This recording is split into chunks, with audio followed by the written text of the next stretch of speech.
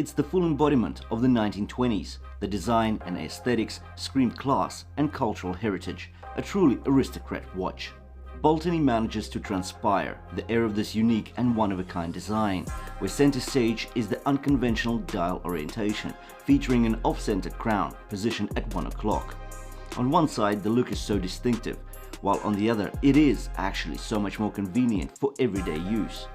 The clean dial is offered in a brushed black or ivory white, with classic Arabic numerals and a small second sub-dial at 4 o'clock. Without a doubt, this is a budget-priced masterpiece that all connoisseurs want to have in their collections. The interesting thing about this watch is that, well, firstly, it cost me $127. That's not much to pay for such a beautiful piece.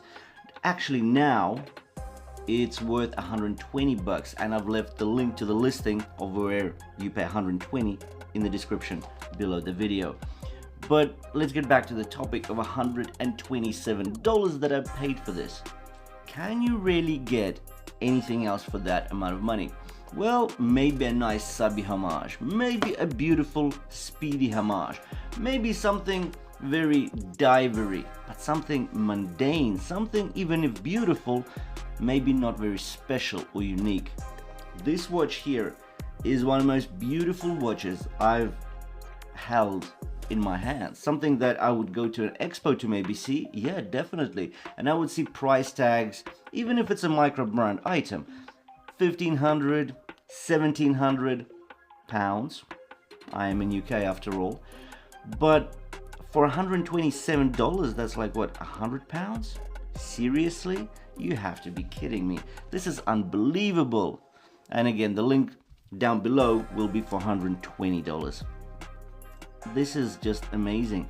Those exaggerated brigade hands. Wow.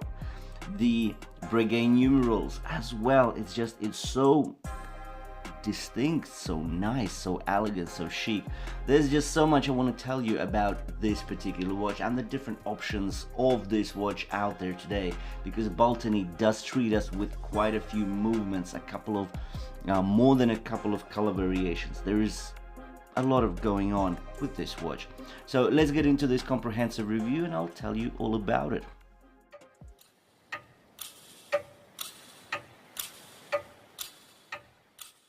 With regards to the dimensions, we get a diameter of 38mm, a lug-to-lug length of 44mm, a height of 9.1, and a lug width of 20mm. The elephant in the room is, of course, the off-center dial. You may think that's because of the convenience of telling time while driving, keeping your right hand at 10 o'clock on the steering wheel. But no. Technically, because of that off-center dial, it may look like, you know, if you've got your hand on the steering wheel, you can just sort of turn it. Ah, here we go. The time just looks perfectly right. You're looking at a perfect 12 o'clock line. So the 12 o'clock is not off your straight line, it's actually right down the middle, and that makes sense, right? Well, it should do, but no. Back in the 1920s, nobody drove like that, and the steering wheels back then were huge. They were like the steering wheels from buses that we have now. They were big. So what the aristocrats or the rich people did, they would actually hold their steering wheels down the bottom, and they would actually wear watches like these ones on the underside of their wrist. And even if you do that with this watch, that's when it looks perfectly as well, because you're also gonna have you'll be looking dead on at 12. So that's quite an interesting piece of information there. Let's keep going. The squarish case is prominent with rounded contours of the flanks, yet the dial is circular. The visual appeal is striking, to say the least. The case is polished throughout, beautiful and smooth, reflections rich, yet not obtrusive. The gentle curves and some angular transitions from flanks to lug hoods accentuate the luxurious design. There are two dial colors available, the ivory white and this black. The white dial comes on a tan leather strap, which I feel would look extra blingy and noticeable. The dark silhouette of the chocolate brown strap on the black dial piece looks more humble to me. Although a homage to a watch that costs 40k and over, how humble can it really be? It's a beautiful strap though, color-coded fine stitching on the edge with two keepers. It mentions that it is in fact a genuine leather strap, yet it's not signed by Baltany, unlike the pin buckle.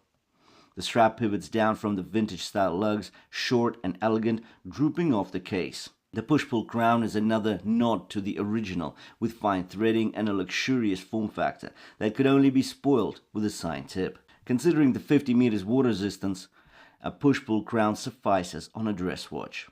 Flip the watch over and we reveal another polished surface. The screw back is literally using 8 screws to cover the engine room. The watch is powered by Seiko VD78 Quartz. A battery replacement will be required every 3 years or so, with an accuracy variability of up to 20 seconds per month. The sapphire crystal is slightly domed, seamlessly flowing from the stainless steel frame to cover the dial.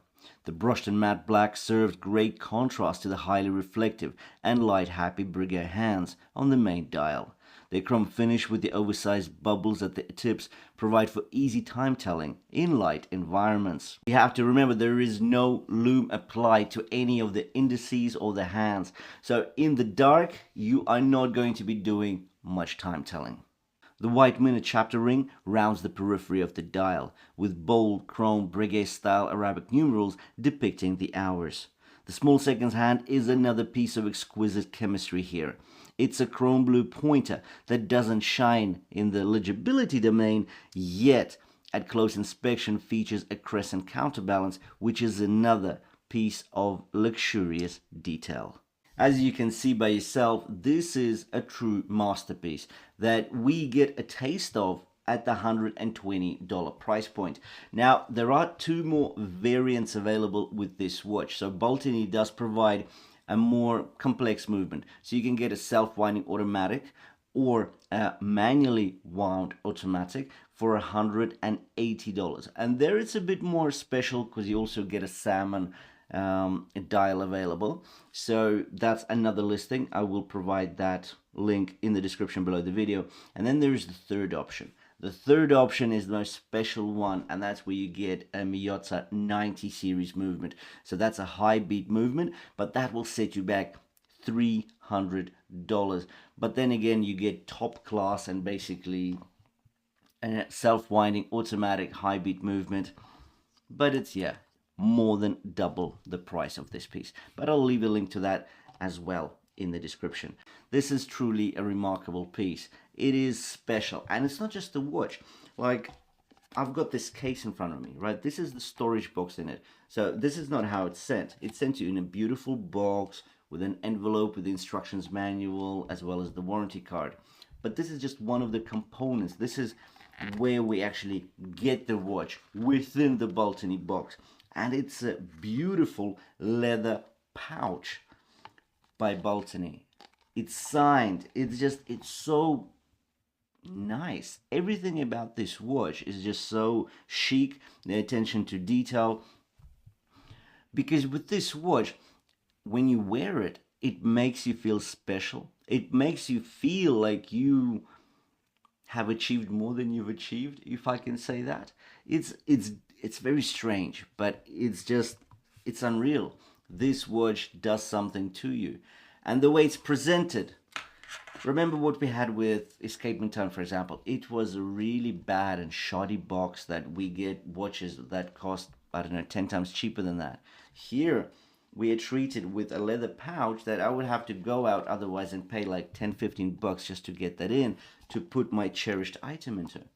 So Baltany has really provided an interesting piece with a nice augmented product. Anyways, thank you for watching. I hope you did find this enjoyable and interesting. I've left the links to all the listings that we've discussed in regards to this Baltany VC1921 Homages in the description below the video. Thanks for watching, and I'll see you in the next one.